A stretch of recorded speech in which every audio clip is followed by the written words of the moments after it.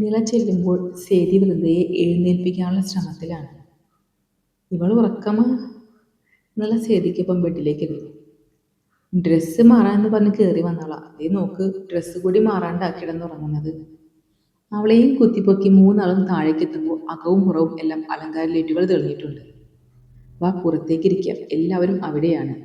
സേതിക്കൊപ്പം രണ്ടാളും പുറത്തേക്കിറങ്ങി. വീടിന്റെ പോർച്ചിൽ നിന്നാണ് സ്റ്റേജ് കാണാം.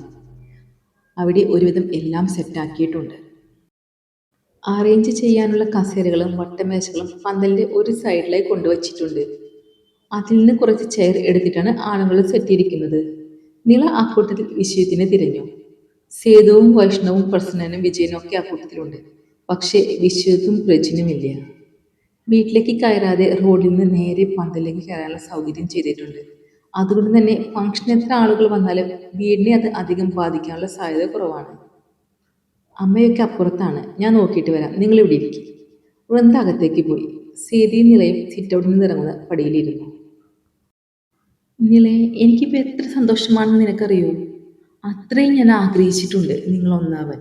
2 തവണ ജിത്തേട്ടനെ തകർന്ന് ഞാൻ കണ്ടിട്ടുണ്ട്. ആദ്യം നിനക്കൊരു പ്രണയമുണ്ടെന്ന് അറിഞ്ഞപ്പോൾ അതെനിക്ക് ശരിക്കും മനസ്സിലാവുന്നുണ്ടായിരുന്നില്ല.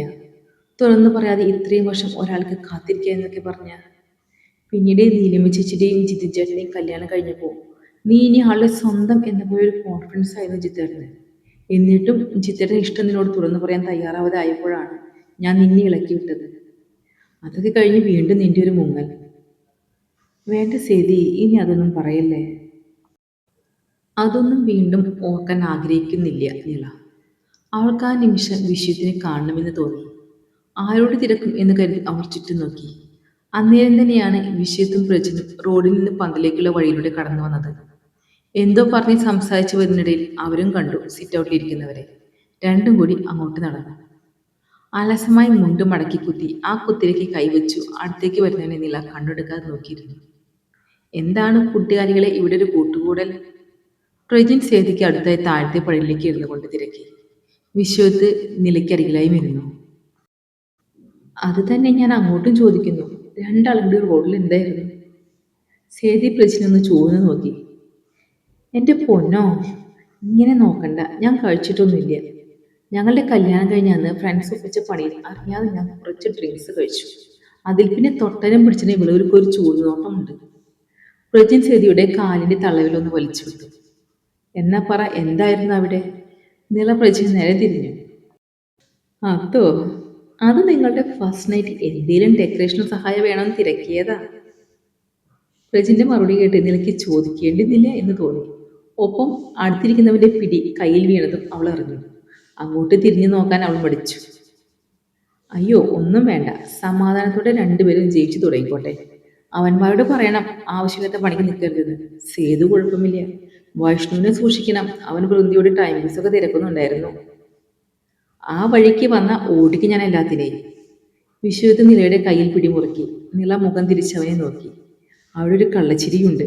ഒപ്പം എന്തൊക്കെയോ നേടിയെടുത്തൊരു ലാഘവും ഉണ്ട് അവന്റെ മുഖത്ത്. എന്നെ കൂട്ടാതെ ഇവിടെ എന്താ ഒരു ചർച്ച? വൃന്ദ നിലയ്ക്കും സേതിക്കും ഇടയിലായ സ്ഥലം വിളിച്ചു. ഇവിടെ ചർച്ചയൊന്നുമില്ല, ആ പാത്രത്തിൽ എന്താണെന്ന് കാണിക്കും. വിശ്വത്ത് അവൾ ഉയർത്തിപ്പിടിച്ച പാത്രത്തിലേക്ക് എത്തി നോക്കി. എത്തിക്കേണ്ട, എല്ലാവർക്കും ഉണ്ട്. പീസാക്കിയ പ്ലം കേക്കിന്റെ പാത്രം അവൾ എല്ലാവർക്കുമായി നീട്ടി. നാളത്തെക്കുറിച്ച് സംസാരങ്ങളുമായി ഇരുന്നവരുടെ ഇടയിലേക്ക് സേതുവും വൈഷ്ണവും കൂടി എത്തി. ആ പന്തലിൽ ഒന്നിച്ചിരുന്ന് തന്നെയാണ് എല്ലാവരും രാത്രി ഫുഡും കഴിച്ചത്. ഇതിനിടയിൽ നീലിമയും ജിതിനും 2-3 വട്ടമെങ്കിലും നിലയെ വിളിച്ച് സംസാരിച്ചിരുന്നു. രാത്രി കിടക്കാൻ നേരമായപ്പോൾ കുറച്ചു പിറകെ ബിന്ദുവിനും പ്രസന്നനൊപ്പം തറവാട്ടിലേക്ക് കിടക്കാൻ പോയി. അപ്പോൾ ഹാപ്പി ഫസ്റ്റ് നൈറ്റ്. കിടക്കാൻ പോവാൻ നേരം വൃന്ദ നിലയുടെ ചെവിയിൽ പറഞ്ഞു. ഈ പെണ്ണ്. സേതി അവളെ വലിച്ചുകൊണ്ട് പോയി.